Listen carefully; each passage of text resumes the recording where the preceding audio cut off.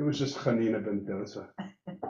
So, hey Charles, how are you? Nice to see you. So last week we did Baruch atah Adonai Eloheinu melech haolam asher kitzanu mitzvotav v'tzivanu la'asok b'divrei Torah. I just want to tell you guys that this is quite literally the only class that I teach that if it was just two of us, I would be perfectly happy with it. I find this material just to be so much fun to explore and to think about and to learn. Really, like if my Torah study went down to just a trickle of people, I might say, you know what, it's run its course. But this one, I get such joy out of the preparation for it, and yeah, such joy. So I won't tell the Torah study class this. That's right. So we're still on. By the way, we're on the actual Pirkei Avot passage from 3:9. We studied the person Hanina the entire time. We finished up by studying Hanina, and so now we pick up by studying the parak itself, which is again 3:9. But let's just, before we go into it, let's just remember who Hanina was, because it does kind of, it brings out this text so much more. And I think Hanina is the perfect example of those times in which, sometimes we understand more about the text based upon the person, sometimes maybe less so. But this is one of those cases in which I actually think we know a little bit more. So Hanina, remember that he was part of that early group of what are called the Tanaim. That's all of these people are the early rabbis. Whether they lived slightly prior to the destruction of the temple or after the destruction of the temple, but it's around that period of time. We learned that he was poor. We learned that he was famous because of the miracles that he did, and he was kind of a miracle worker. But we also talked about the fact that he didn't really, a lot of those miracles were just for like individuals and per people, but not necessarily. He could have asked for the miracle of world peace. He never did. Instead, he just asked for the miracle of peace in that person's home. And so he was famous because he was able to, he was sought out to help individuals, but he never really gained, even though like Elie Wiesel pointed out, he's a famous character in our texts and in our tradition. But what's not really ascribed to him are too many laws, and he never had his own school. And so therefore, it kind of makes you think that he's kind of like the equivalent of, Tony Robbins, right? Or I'm trying to think of like an example of like a televangelist who isn't really well schooled in theology, but is exceedingly well schooled in the way that he communicates stuff, if that makes sense. Or like he was. I think Hanina was just a lot of flash, just because he could do all these fun things. But when it came down to honest to God, serious scholarship, maybe not quite as much. Now, so let's read. Maybe that could be at a gross exaggeration. There's nothing that says that he was not a scholar. He was. But it's just to say that, but it's not his scholarship which separates him from others. It's the fact that he was able to do these miracles and that God seemed to answer him and his pleas and requests, but not because of what he contributed intellectually. But again, just want to make sure, because we are recording this, that I'm not saying that Hanina wasn't a scholar and a sage. I just think that relative to the other people, he wasn't. Okay, so this is what he says in this parak. This is, remember, 3:9. Rabbi Hanina ben Dosa said, anyone whose fear of sin precedes his wisdom is enduring. But anyone whose wisdom precedes his fear of sin, his wisdom is not enduring. Okay, well, let's keep reading and then we'll come back. He also used to say, anyone whose deeds exceed his wisdom is enduring, but anyone whose wisdom exceeds his deeds, his wisdom is not enduring. So we have the text, and it's clear, like from just stepping us back a little bit, we see that he seems to value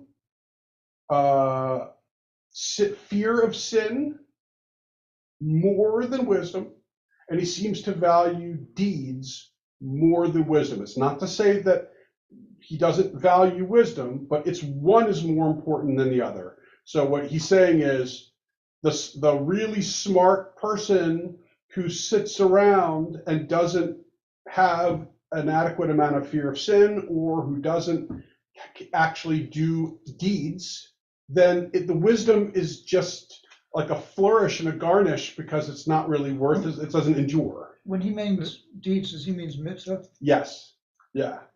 But And maybe he means it in not that it's more important, but that you need the fear of sin for the wisdom to continue. I think you're right. And I do think that that's part of what he's saying for sure, that one doesn't work without the other. No question. But it seems contrary to the people who would say, that debate about study versus action, and generally speaking, when we see that debate of study versus action, it's kind of like a very close balance, that they work hand in hand. You got to study, you have to do, you have to study, you have to do. And here he's kind of saying, no, action and being pious comes first. Now, I think that action, because Akiva said, what's more important, action or study? And Akiva says action because it leads. Soon he says study because it leads to action. No one really says about what's more important, being pious or being a Torah a student. Generally, piety isn't necessarily compared, because the assumption is that everyone is sufficiently sin-fearing. I think, and so that's why I brought up what he was like beforehand, because it sounds to me like maybe while his colleagues, who were maybe one step ahead of him in terms of Torah scholarship, he was trying to distinguish himself by saying, yeah, what you guys do is not what's more important are the things that I do than the things that you do.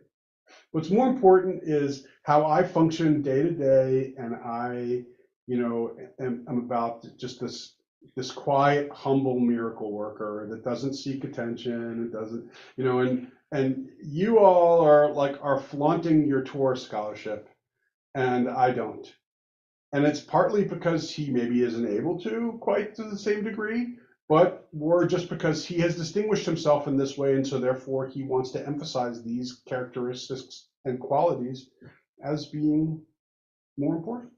What does he mean by wisdom is either not enduring or is enduring? What do you mean enduring in his own lifetime or past? Well, it really means sustained. So think about this, right? The prayer of the Shehechianu? Yeah. Right, Shehechianu v'kiyamanu v'higianu, right? So, and the translation is, Shehechianu gave us life, v'kiyamanu, and sustained us, v'higianu, and brought us to this day. So, kiyamanu means sustained, right? And if you look at the last word of the Hebrew of that paragraph, you see mitkayemet. So allow me to help you here, right? Take out the meat at the beginning. Meat means it's kind of reflexive. It's self. So it does it to itself. And the ta at the end is just a little suffix. Let's ignore that. But what you have in the middle is kayem. I don't know if you can see those three letters in the word mit kayemet, but kayem is like the kiyemanu. Kiyemanu sustained us. Mit kayemet sustains itself. So that's probably more of, not about enduring, but sustains itself. In other words, the more, if your wisdom exceeds your deeds, your wisdom isn't self-sustaining. It's like if you're paying too much attention to your wisdom, I guess that's gonna go, even though that's kind of counterintuitive. You think if a person is just paying all attention to wisdom, why would the wisdom go?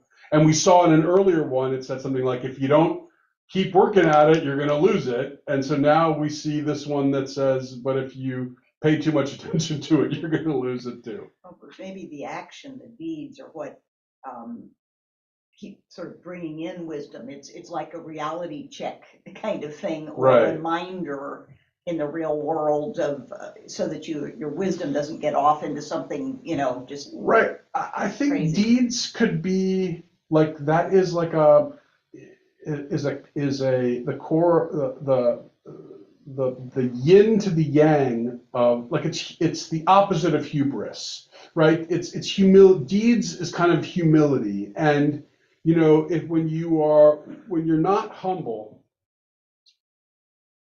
you tend to start thinking about yourself so greatly that maybe your wisdom, it's kind of like maybe what he's trying to say is that there's a humility and a simpleness to doing good deeds and to being pious, and then it gives you the space to maintain your wisdom because you are just at a very humble and simple place. Whereas the person who is bragging about his Torah scholarship, that is that person leaving enough room in his mind even to be able to sustain that type of wisdom? Maybe. This is reminding me of that absurd thing with the oven. Right. Although I love that. It's my favorite Talmud story on the planet. You mean the one in which it's like, if the oven isn't kosher, then let the carob tree. Yeah. Yeah. The walls. The walls of the Well, schoolhouse close in. Yeah. I love that. I love that story for so many different reasons. And I think everybody loves that story for a different, or like cares about that story for a different reason. For me, it used to be the end about how it says that my children have defeated me.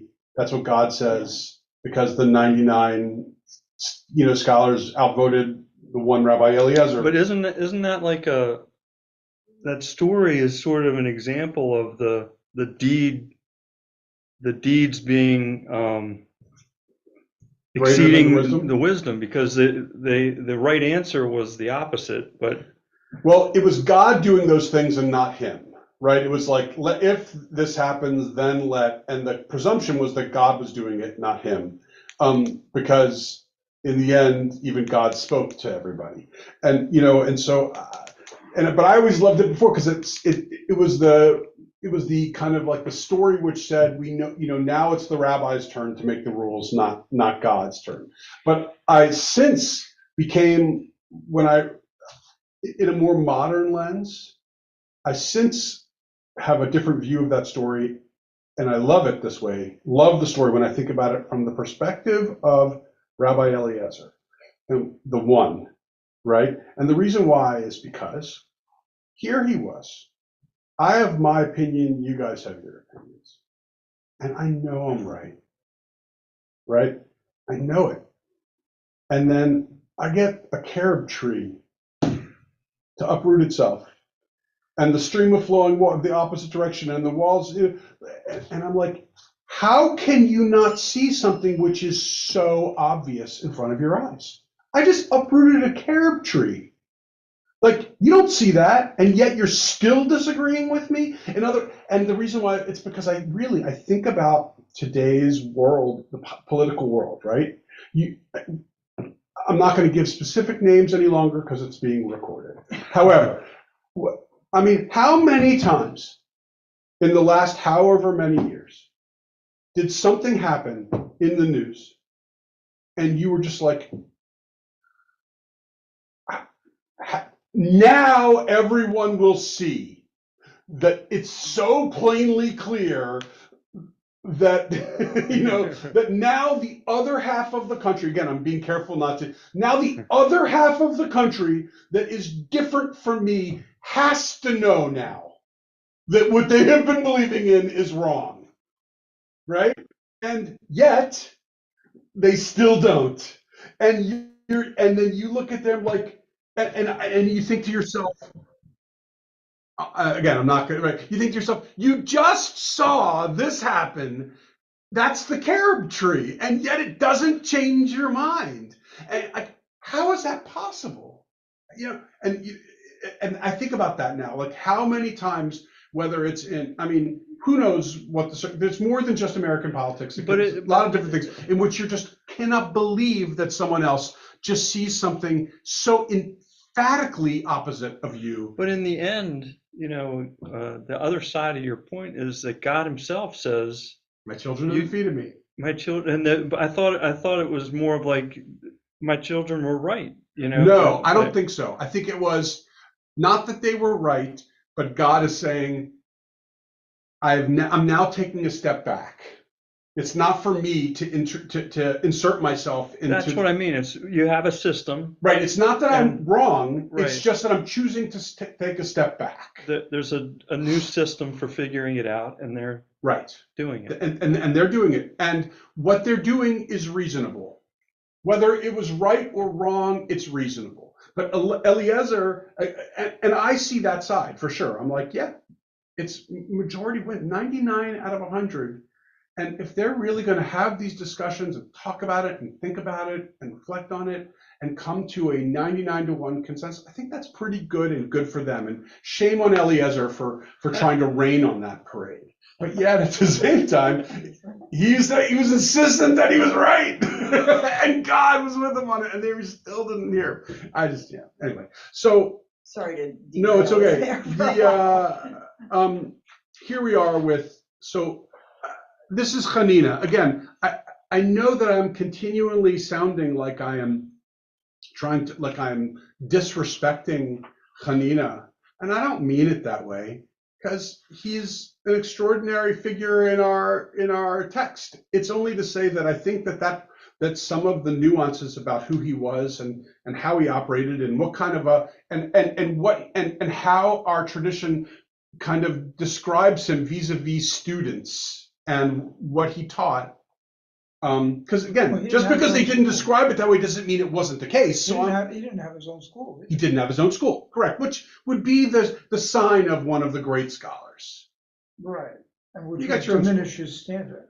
Right, and correct. He didn't have his own school. It diminished his. It did. Right, you didn't have people flocking to hear his Correct. words. They flocked to him for other reasons, Right. because they wanted a miracle done.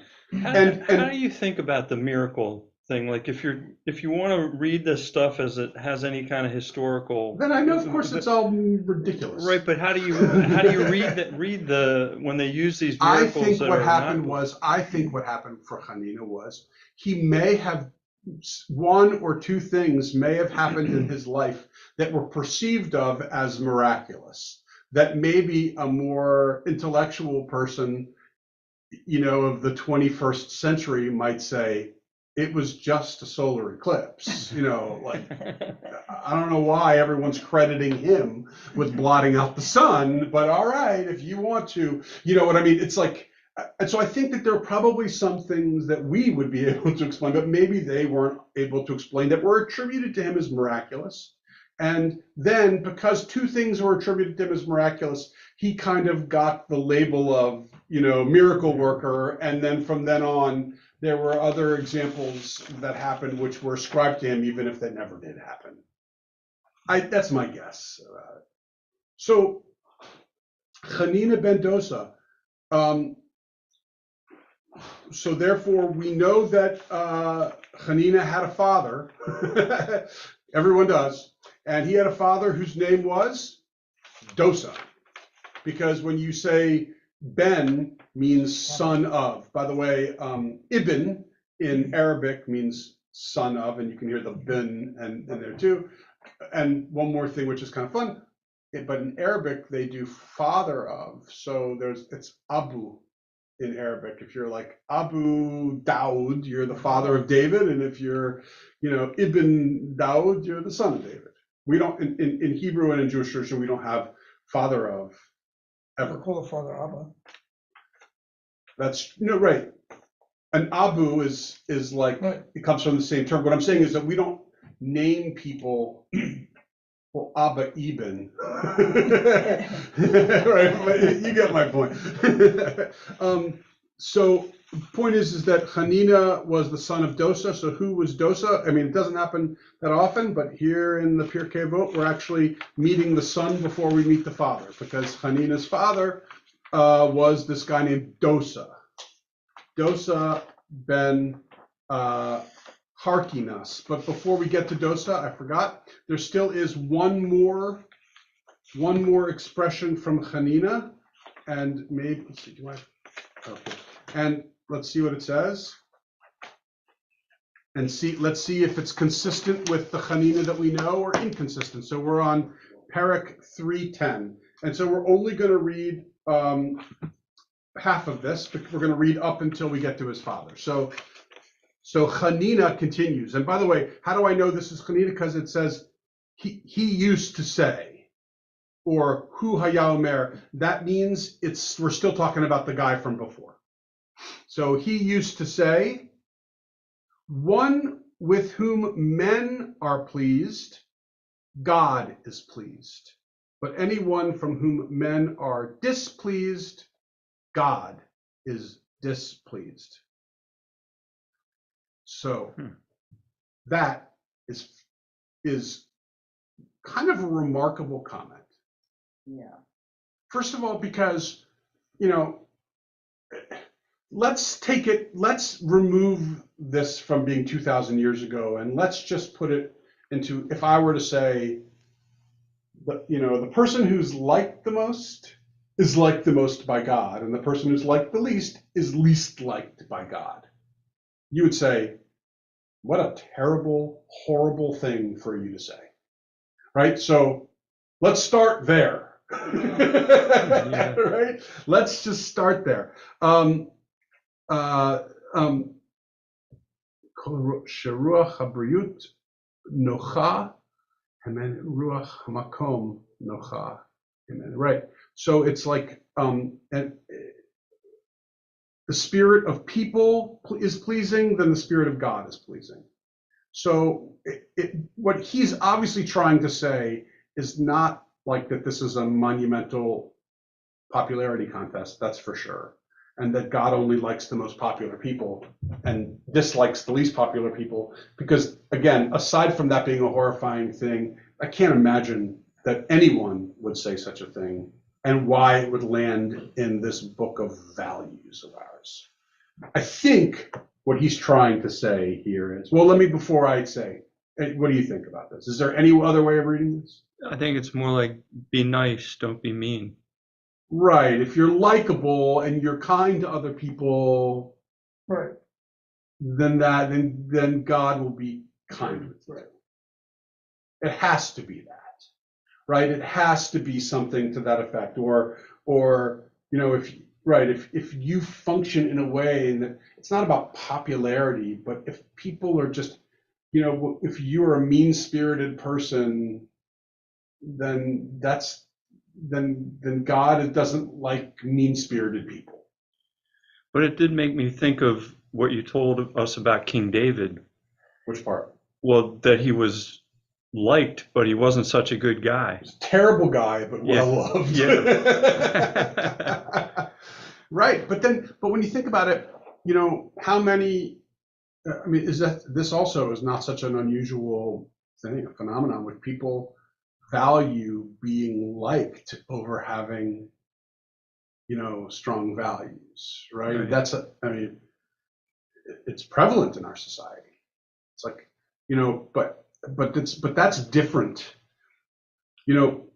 Again, I don't think, I go back to which, I don't think it has to do with a person valuing being liked. I think it's just a person who values the way that they present in this world and values the way that they come off to other people. Not because they want to be liked per se, but because they want another person to feel good about the interaction that they had.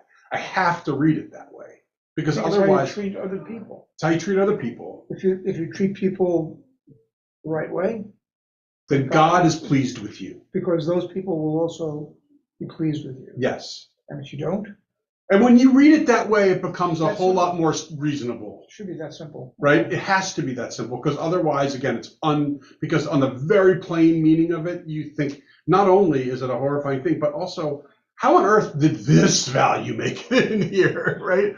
And the world's a big, huge popularity contest, and so make sure that you buy the nicest clothes, because if you do, God's going to like you for it. Is there more depth to the word in Hebrew, or is it actually the word pleased? You know, it is pleased for sure, but it means like kol sheruach habriot nocheh himenu. Anyone whom the people, are pleased with, then God will be pleased with. I think that's, or is comforted. Anyone for who that people feel comforted, which is now that I look at it, a different way of thinking about it. Yeah. God applies that comfort. Again, Hanina, why would Hanina write this? I think we know why. Because his life was about making people happy. It wasn't about what he taught them. It was about making people happy. And, I seem to remember my father once said that when people write, I can't remember if I said this last week or not. I might have, because it has stuck with me. People only write or speak about from which they know. What I mean by that is, like, their own personal experiences affect how you write and speak. Right? If you are if you are the father of 3 special needs kids, and you're a rabbi, then something tells me in your sermons you're going to talk about parenting and about trials and about, toughing it, being tough and understanding that things don't always work out, and right. And if you are, the rabbi of who got fired from his last place because of rumors, then you're the one at your next place, you're talking about rumors and how they can really harm somebody. And it's because you talk about the stuff that where you come from. And Hanina seems to be kind of talking about the values that he truly holds dear. How do you make another person feel? It's not about it's not about the wisdom, it's about the piety. It's not about the wisdom, it's about the mitzvot and the acts that you do. It's you want to know what'll make God happy. It's not if you're you come up with all these new understandings and innovations of Torah study. It's about if you interacted with other people and you did so in a pleasing way. It's just a different set of values. But if they put than this what you've in, experienced up to this point, not than what we have. if they put this in a Talmud, those who are writing it are adopting that view, or saying that is a potential view. Yes, I agree with you. That is a good point, which is, since it made it here, this is actually the Mishnah. So, but whatever, same thing. Right. What you're saying, and I agree, which is that if it made it here, then it's been codified as a truth. It's been codified as a. I mean, and I think, and this applies in so many different ways. In fact, I was having a conversation with a friend of mine, a minister, yesterday, and we were talking about the Quran, and he was saying about all of the things in the Quran which are just peaceful. And I said, you're right. And yet, unfortunately, there's a fair number of things in the Quran that are not peaceful. And it just goes to show that you can cherry pick, and depending on what you want to find, you'll find the message that you want to find, both in the Quran and in the Bible. And similarly, I'll bet you the same applied to these texts that these people were that were following and reading and thinking about back then, which was that if they were the type who didn't have quite the scholarship, then they focused on making sure, like Hanina said, to go out there and interact with individuals and other human beings in a way which was at least showing them respect and kindness and in doing so, that would bring God, God would be pleased with them for that. And not everyone was a Torah scholar, so good for them for including that. I'm not trying to. In fact, I really respect the fact that it made it in, because so much is about study and Torah and mitzvot, and this is now a little bit more just about kindness and how it interacts with holiness. Some of the mitzvot are also things like, leaving the stuff at That's the edges true. of your fields. Not all and- mitzvot are and, just, yeah. not putting something in the way of the blind and taking care of the widows and the orphans who are not important individuals, Yes. or, they're, Yes. it's small acts. Good point. Right. Yeah, I mean, it's just interesting. But I agree with you that that what is fascinating is that there would be that it would have such a prominent place, and so therefore they're not trying to bury this other kind of view. So, sorry, 1 second. So let's now go away from the parak, because now we have a new person, and we'll read the name of the person and then talk about him a little bit. So Rabbi Dosa ben Harkinas. So that is Hanina ben Dosa's father, who was the son of Harkinas. 2 Greek names, Dosa, Harkinas.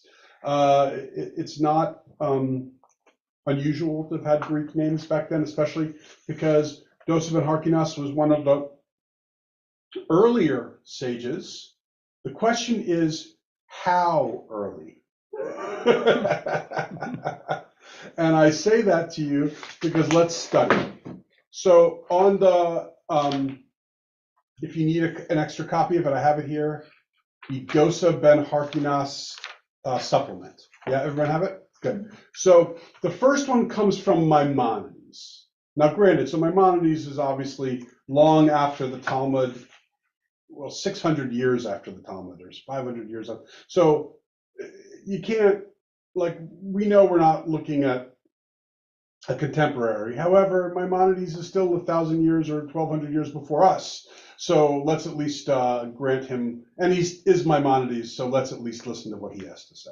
Maimonides says, Rabbi Dosa ben Harkinas lived at the time of Shimon HaTzadik and lived for hundreds of years until the days of Rabbi Akiva. Maimonides is such a rationalist that I cannot believe he would have written this, but he did in his introduction to the Mishnah. So I can tell you that Shimon HaTzadik, we studied him in the first chapter of Pirkei Avot, and he was one of the early people that were written here, before Hillel and Shammai. Shimon HaTzadik was from 300 BCE. Now, excuse me. So, and Akiva lived until 150, 140 CE. And I think that Dosa died around 100 CE. And so therefore, we're talking about he lived to be 400. And I think that that's a little much of an exaggeration. So let's get a little bit more understanding of when he lived. This is now in Gittin 81a. It says Rabba Bar Hana says that Rabbi Yochanan says in the name of Rabbi Yehuda Bar Eli, come and see that the later generations are unlike the earlier generations. The earlier generations is referring to Beit Shammai. The later generations is referring to Rabbi Dosa. What does all that mean? It means that, at least according to these sages, Rabbah, Yochanan, Yehuda, that Dosa did not live during the time of Shimon HaTzadik. Instead, he lived after Shammai, which means my guess is that Dosa lived And, while the temple was still standing, probably, and he was probably, he was probably born in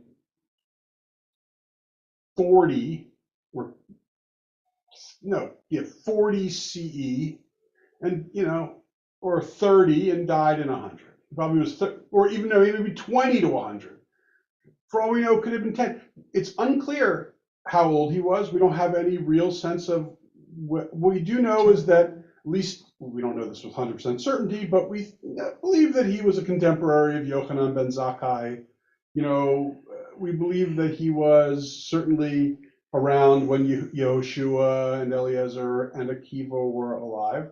But my guess is that he was like the elder statesman, right? He was the old man that everyone just kind of, the stately oak tree, that while all this new stuff was kind of happening, he was the old guard that they still kept in high esteem and revered and appreciated and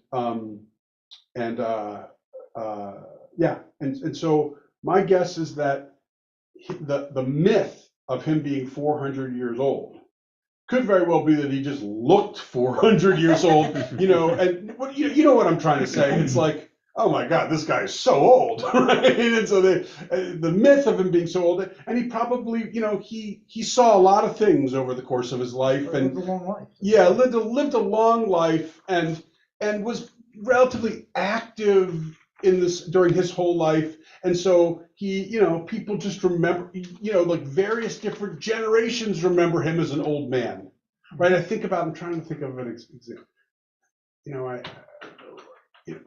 I have said to people, rabbis, I say, wait, you were a student of his. He was like 75 when I was his student. He was an old man. I remember him as an old man. You're at a rabbinical school 25 years after me, and he's still teaching, right? It still looks the same way, right? You get my point. I think that the myth of him being 400 by my mind is probably because it was passed down about how he was just old, and always old. So, but here's a little story about Dosa ben Harkinas, which is a fun story which will contribute. And I think, by the way, that to best understand Dosa is to really just understand the joking, the debate, or the conversation about what his age is. So let's read a little bit about Dosa and his age here. And again, this text was not meant, I'm using this text to talk about his age. This text wasn't intended to be about his age. You'll see. In the time of Rabbi Dosa ben Harkinas, the sages permitted the rival wife of a daughter to the brothers. It's very complicated. I'll explain this to you. I had to, because my point was not to discuss that point, but rather other stuff. But when I saw that and I didn't understand it, I was like, I've got to figure this out. So I did, and let's talk about that in a second. Okay. So in other words, it became known that Rabbi Dosa ben Harkinas permitted a daughter's rival wife. Again, this helps nothing, at least to me. So let me do my best to explain it. I need like a flow chart here. Okay, so here, let's do this. So you have a man, right? And the man has a brother, okay? So far, you with me? This man has two wives. We'll call one of them Barbara, and we'll call her Barb, so I don't have to write the whole word out. And we'll call this wife Jen. I assure you these are not names that were true. So the brother, actually, this man marries his brother's daughter. He marries his niece. Okay. And also he marries another woman. He's got two wives. And then this man dies. Can the brother marry the rival of his daughter? That is what this is asking. Right? Okay. I just do some studying for like it didn't come easy. Anyway, so that is what this is saying. So in the time of Rabbi Dosa ben Harkinas, the sages permitted the rival wife of a daughter to the brothers. In other words, any brothers, so if you have the one that's related, what about the rival wife? She is permitted to the brothers of the original man, the husband. Jeez, right? Yeah. In other words, became the rabbi permitted a daughter's rival wife. And this matter was difficult in the eyes of the rabbis because he was a great sage. And his decision in favor of Beit Shammai carried great weight. They could not approach him immediately as he was very old. And his eyes had dimmed so much that he was incapable of coming to the study hall. So the context is, of course, you've got, he has issued a ruling on behalf of Beit Shammai. And remember, all laws go in favor of Hillel, not Shammai. And again, there was nothing wrong with Shammai's thinking. It's just, you had to pick one, picked Hillel. So, but he issues a comment on behalf from Shammai, right?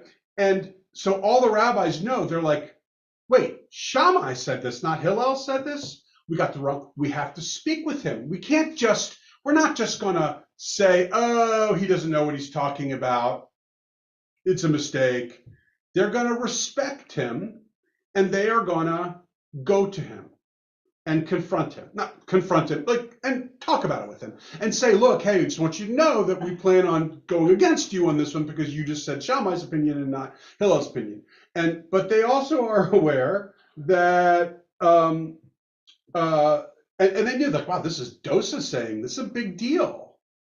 Granted, he is 90, but it still is Dosa. Wow, Barack Obama said that. I know he's not president anymore, but he still said it. That's pretty impressive. We got to listen to this, right? So, and what else? He was tired and old and blind, right? He couldn't even make it to the study. Everything was happening at his house. So they said, and who will go and notify him that this matter requires clarification? Or maybe said differently, that we're planning on issuing a statement counter to what he said. Rabbi Yehoshua said, good old, our friend Rabbi, really, every time you see Yehoshua, just think of our friend Yehoshua. Right? That's the way I look at it. It's like, oh, Yeshua's back. Good old Yehoshua. Anyway, Yehoshua said to them, I'll go. They asked, and who will go after him? Who's going to go with Yehoshua? They selected Elazar ben Azariah. Maybe you remember, but Elazar ben Azariah was the guy who was named. Did we ever talk about the impeachment of Gamliel? Right, he was the young guy who came into place. He said they also selected Elazar ben Azariah, who was one of the great sages of the generation, notwithstanding his youth. They further inquired, and who after him? Rabbi Akiva. So, okay, we do know now that Dosa was living in the time of Akiva. Okay, maybe a young Akiva, but an Akiva nonetheless. They went and stood at the entrance of Rabbi Dosa ben Harkinas's house. His maidservant entered and said to him, Rabbi, the sages of Israel have come to you. He said to her, let them enter, and they entered. All right, so far, the next scene we pretty much got. They went to his house. He got word that they're there. He said, bring him in. Rabbi Dosa ben Harkinas grabbed Rabbi Yehoshua, with whom he was already acquainted, and sat him on a bed of gold, because Dosa was definitely rich.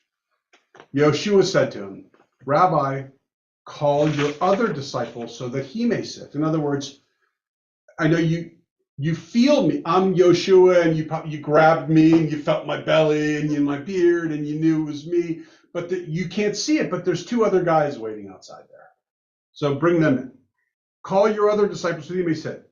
He asked him to call the other sages as well, as it is. Okay. He said to him, who is it? Yehoshua replied, Elazar ben Azariah. Dosa said, and does our colleague Azaria have a son? The intertext here suggests that he doesn't know the news that he might have kids now. It's been so long since he's been around. He's just kind of been out of touch for a little while. But he did issue a comment, issue a rule and a law, which, that's a surprise. We didn't expect to have to be dealing with Dosa over here, but I guess we do. So it's been that long. We haven't seen you in front. We didn't even know you were still alive, Dosa, but he is. Okay, so he said, does he have a son? Dosa ben Harkinas recited this verse about Rabbi Elazar ben Azariah. I have been young and now am old, yet I have not seen the righteous forsaken, nor his seed begging bread. So meaning that he has a son, whether you read it that way or not. He grabbed him, that is to say Elazar, and sat him also on a bed of gold. Rabbi Yehoshua said to him, Rabbi, call your other disciple so that he may sit, right? Again, what you are definitely imagining is like how I'm reading this is the, when I've seen, when you have very elderly people and their kid and their grandkids are there, like, don't you want to say hi to your other grandchild now? Who? Your other grandchild? Who? Remember? It's kind of like that. It's like Yoshua is like screaming into his ear, well, you've got one more out there, right? And again, he's blind, so we're going to give him a little bit of a pass. In any event, he says, call your other disciple so that he may sit. He said to him, who is that? He said, Akiva ben Yosef. Dosa said to him, you are Akiva ben Yosef, whose name has spread from one end of the world to the other. So that's just like a shameless little statement about how great Akiva is. But he's definitely heard of his reputation. Again, that suggests if Akiva is as famous as he is in that moment, then that suggests just how long Dosa has been kind of out of the picture. And he says, you're the one whose name is spread from one end of the world to the other. Sit, my son, sit. May the likes of you multiply in Israel. And then they, being the respectful people that they are, they don't jump straight into the matter at hand. Instead, they began to encircle him with deliberations on different halachot. They're just talking about their version of the weather. Right? Like, we're like, wow, it's kind of chilly out there today. Theirs is, wow, I can't believe that the owner of an ox has to pay double if he gorges the person while they're in labor. It's the other deliberations on different halachot until they came to the case of the rival wife of a daughter. They said to him, what is the halacha with regard to the rival wife of a daughter? He said that it is a matter of dispute between Shammai and Hillel. That, because Dosa is remembering back in the day when he was a student of Hillel and Shammai, and that he said, yeah, I remember them talking about this one. And they said, they asked him, according to whose statement is the halacha? In other words, who won out? He said to them, the halacha is in accordance with the opinion of Beit Hillel. They said to him, but didn't they say in your name, isn't it true that what we heard, that you, that the halacha is in accordance with the opinion of Beit Shammai? In other words, didn't we just, we're here because of the fact that you ruled that Shammai was correct. Right? So why is it that you're now saying Hillel's correct? He said to them, did you hear that Dosa issued this ruling, or did you hear that it was stated by Ben Harkinas? In other words, did you specifically hear that it was me, or did you hear the name Ben Harkinas? They said to him, on your life, Rabbi, we heard simply Ben Harkinas.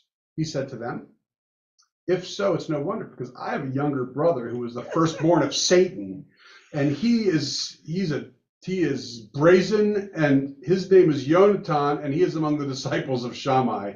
In other words, I didn't say that. It was my brother who said it, and but you thought it was me because it was Ben. And I'm obviously the more famous Ben Harkinas, but I'm not the only Ben Harkinas. My brother may have said it. And so what do we learn? Yes, he has a brother, but really what do we learn? It's that he was this old man that was seen as the old, elder statesman. And if that's the case, by the way, then you should know that relative to all the other people who are spoken about in the Pirkei Avot, he's probably, like, obviously other than that first chapter, but after that first chapter of people, he's one of the older people in here.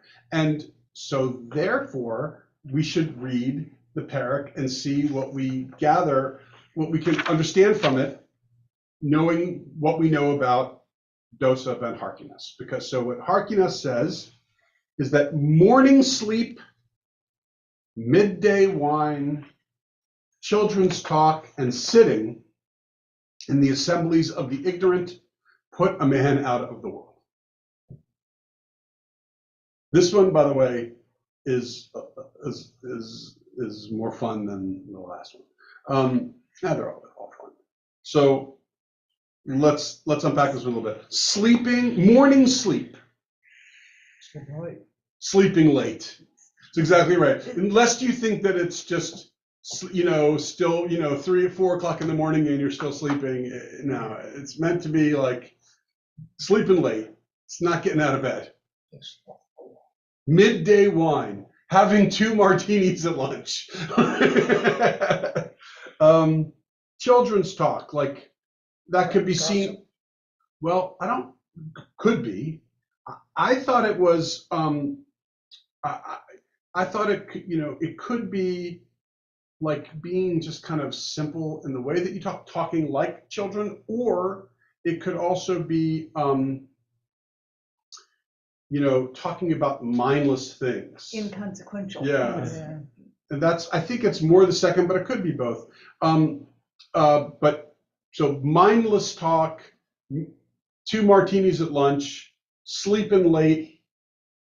These all sound like heaven to me, but like that's how I plan on like finishing out the last quarter of my life is going to be a mindless talk, late sleeping, and 2 martinis. But it's like, and it says, and also sitting in the assemblies of the ignorant, putting yourself in a position in which you are interacting with ignoramuses. To me, this sounds like Ben Franklin. What do you say?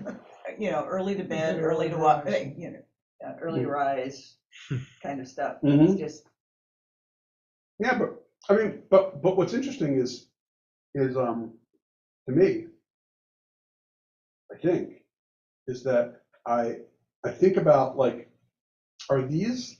It feels like almost that it's like the person who has the elder statesman who has lifetime of perspective is able to say, these aren't like hardcore values. These are just like very simple ones. Like make sure that you brush your teeth and put on a fresh pair of underwear every morning, right? Right. Yeah. Or like it sounds like. But there was once I had a professor whose name was Jacob Rader Marcus. He was 100 years old when he died. He was teaching until literally his last breaths. And his, he had a lot of these famous statements about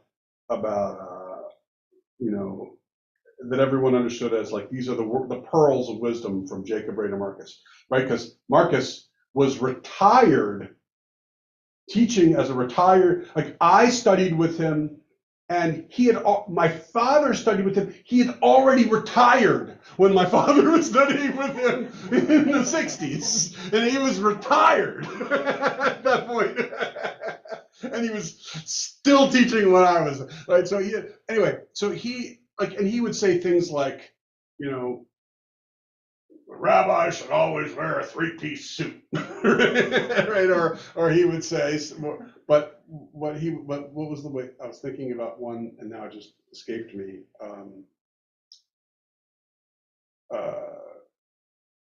wait. Oh yeah, my favorite one.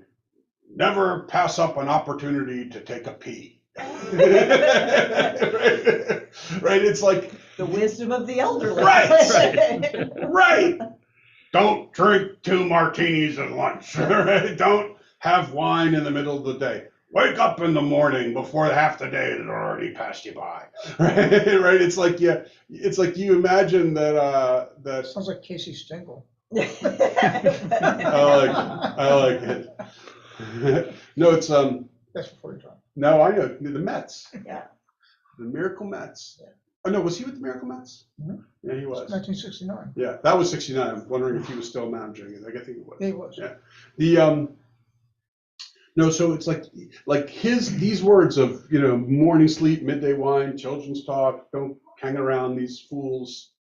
It sounds like a stately old man, aged man who's who's not sharing any type of real deep insights, but simple insights from a lifetime of experiences. And that's kind of how I experience him, and that's why I used. There isn't that many stories. There are, Dosa appears at this and that and whatever. So it's not like he doesn't appear, but like these are some of the ones that kind of really bring out like how people imagined him and experienced him. And I think like that they thought of him as like this jolly old man or crotchety old man, maybe. Just old. Old man, right. Why is this sentence in the same Isn't that paragraph weird? Yeah. as the first? I don't know. But what I do know is that he was the father, Father, yeah. right, of the previous one. So One thing that struck me is that he is clearly very well to do, and yet his son is very poor, you're right. which is interesting. Yep. That I don't know what to say about that. That's a good point. Yeah. That's, yeah. It makes me. I'm relatively certain that it was his father and son, but now it's giving me a momentary pause and wondering if they're not. But maybe it's just he lived that long and he spent all his money. Like, it's like, boy, He spent it all there on was a those lot of old savings you couches. had, but Yeah. unfortunately you stopped working 40 years ago and you've been spending it to your savings. I don't know. Well, or maybe there were other sons or Right. the one was a space cadet, and so he didn't. Right, although Give him again, anything, Hanina may not have been the one, like, we don't know about other, at least not that I can think of, other children of his that were as esteemed as Yeah. Hanina. He may not have been the firstborn either. May not have been the firstborn, that's It right. could So be maybe that all simple. of the money went to his firstborn kid and Probably that simple. yeah. We can't say that it was like the case of Eliezer in which he went off to study Torah and it just upset his father Mhm. so much Yeah. that he just said, I'm disowning you because you should be working in the family business, because his father was a rabbi and so therefore he wasn't disappointing his father by going into the family business. It's a great question and I don't have an answer for it. I can't figure it out. But why would he be poor and his father be so wealthy? Well, Golden so bed. wealthy and so poor. Right. It's Unless, no, okay, there's one, I'm going to work, I have to assume that what I'm about to say is probably the right answer. But that's assumption. Yeah. Right? If Hanina truly valued kind of not this more simplistic life, not the flashy, if that was his value and that's why he didn't like attain all of this, the school with the disciples, but he just cared about going person to person, and maybe it was his intention to kind of say, I'm not going to accept any of my father's wealth. I prefer to live a life of simplicity and even poverty because it's like a pure life. Maybe. Like, would that surprise me if something like that happened? No, it wouldn't surprise me. But I don't know why a person would intentionally put themselves into poverty just to kind of live this ascetic. Well, and not just himself, but a family. Right. It's not like, Yeah. So it's hard to, I don't know. I'm not sure. What I can say is that I'd like to think that we have a fun little, Hanina is again more famous, and so people knowing him as the miracle worker, like that's not unusual. But I think it's fun to get. I think that by studying Dosa a little bit here and learning a little bit more about his life, we have a more unique and worthy kind of view of this parak, this Mishnah from Pirkei Avot that that Dosa ben Harkinas said, because it just, again, it may have nothing to do with just like the old maunderings of a a 90-year-old person, but it could be, and it's, I like to think it's fun to think of it like that because of just who he was. So I think we'll call it. It is a few minutes after 8. So next week we will pick up with what's the next one? 3:11. Elazar of Modi'in. That should be fun. So I will make sure to. I usually prepare for the class either Monday or Tuesday morning. So I'll make sure to give you guys send you a new supplement on Elazar of Modi'in next week. Thank you, everybody who were zoomed with us. It's nice to see you, and have a great evening. Thank you. Thank you, Freya. Rabbi.